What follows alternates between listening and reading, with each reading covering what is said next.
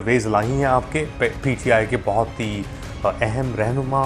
Privilege charges के ऊपर उनको बेसिकली बेल के ऊपर बरी कर दिया गया है। वो अपने घर पहुंच के अपनी फैमिली के साथ, उम्मीद है कि उनको ये उनके साथ नाइंसाफ़ी कहेंगे जो हो रही थी। रऊफ़ हसन जो एक 73 साला कैंसर सर्वाइवर हैं, बेसिकली उनके ऊपर खुलेआम दिन दहाड़े एक हमला हुआ।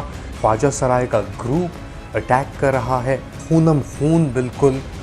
स्टिचेस भी तकरीबन कह रहे हैं 20 स्टिचेस लगी हैं उन्हें। इतना बड़ा सिक्योरिटी लैप्स हो रहा है, तो उसका रिस्पॉन्सिबल कौन है? क्या मैसेज आप सेंड करना चाह रहे हैं? एक तरफ आप ये दिखा रहे हैं कि जी आपकी सिक्योरिटी सिचुएशन कैपिटल के अंदर भी ख़त्म शुद्ध है बिल्कुल।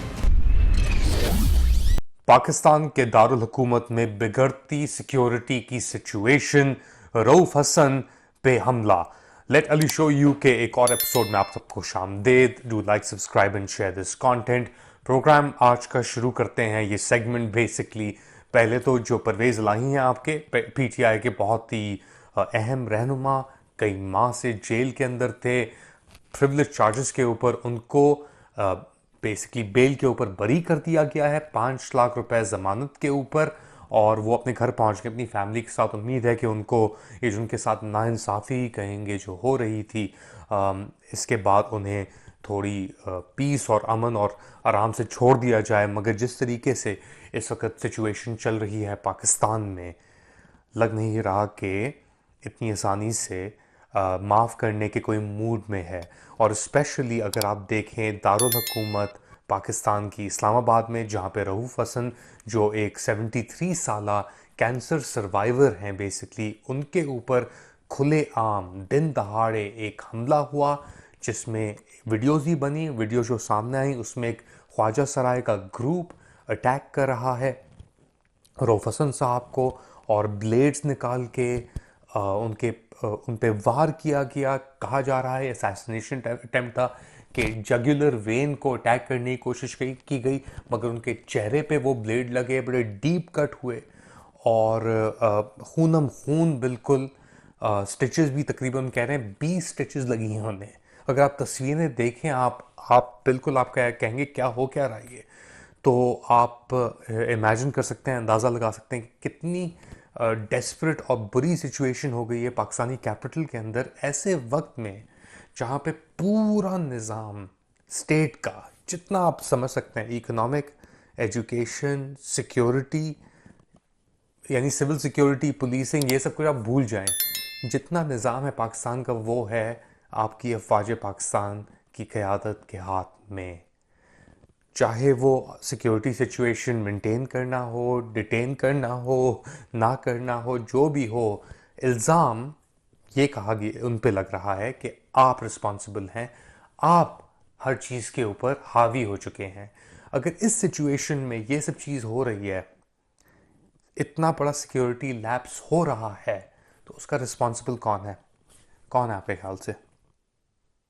एग्जैक्टली वही जो आप समझ रहे हैं और जो मैं जानता हूँ रिस्पॉन्सिबल है, क्योंकि हमारा जो रोना है इतने अरसे से, वो इन्हीं चीज़ों के ऊपर तो रुका हुआ है कि आप एक तरफ आप कहते हैं कि जी वी आर द बेस्ट, हम हर चीज़ के अंदर best army, best intelligence agency, best country, what ever आप जो ख्याली उसमें रह रहे हैं, और दूसरी तरफ ये सब चीज़ें हो रही हैं जहाँ पे ना सिर्फ एक सिक्योरिटी सिचुएशन क्रिएट की जा रही है, एक तर्जुमान जो आपकी पाकिस्तान तहरीक इंसाफ का सबसे बड़ी पार्टी, पॉलिटिकल ग्रुप, जिसको आपने रद्द करने के अभी तक आप, यानी आपके ख़िलाफ़ इन्होंने, रऊफ हसन साहब ने आर्मी क़यादत के ख़िलाफ़, और ये ख़िलाफ़ नहीं कहेंगे, उनको ये कहा गया कि सख्त अल्फाज इस्तेमाल किए उन्होंने, और उसके कुछ दिनों बाद उन पे ये हमला हो गया। तो क्या कॉरिलेशन है कि ख्वाजा सराय, यानी क्या हो क्या रहा है? क्या मैसेज आप सेंड करना चाह रहे हैं? एक तरफ आप ये दिखा रहे हैं कि जी आपकी सिक्योरिटी सिचुएशन कैपिटल के अंदर भी ख़त्म शुद्ध है बिल्कुल, ऑन वन हैंड। दूसरी तरफ एक ऑलरेडी मार्जिनलाइज कम्युनिटी, ख्वाजा सराय जैसी कम्युनिटी को आप फर्दर मार्जिनलाइज करने की कोशिश कर रहे हैं, या कर रहे हैं, कर दिया है। जिसने भी ऑर्केस्ट्रेट कराया है, उंगलियां नहीं उठा रहे हम। रिस्पॉन्सिबिलिटी कहाँ जाती है इस सिचुएशन की, उसकी बात हो रही है।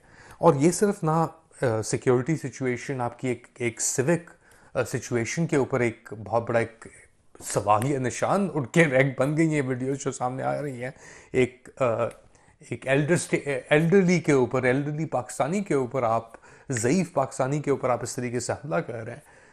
दूसरी तरफ आप बिल्कुल ही आपने यानी हर चीज़ के ऊपर it's all over the place basically.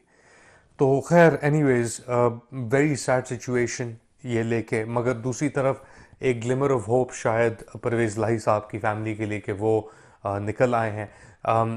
Cipher case के ऊपर भी थोड़ी बेसिकली प्लीज़ एडजर्न हुई है, थोड़ी डेवलपमेंट्स हो रही हैं उसके ऊपर भी। तो it's all stuck to be honest. Pakistan जो लग रहा है फ़िलहाल इस तरफ से कि it's all stuck in a rut. और ये सब जो हमें चीज़ें दिखाई दे रही हैं, इन सब चीज़ों के बावजूद कहाँ जाके रुकेगा, किधर जाएगा? Do let me know in the comment section and obviously do like, subscribe and share this content. अपना ख्याल रखिएगा। अल्लाह हाफिज़।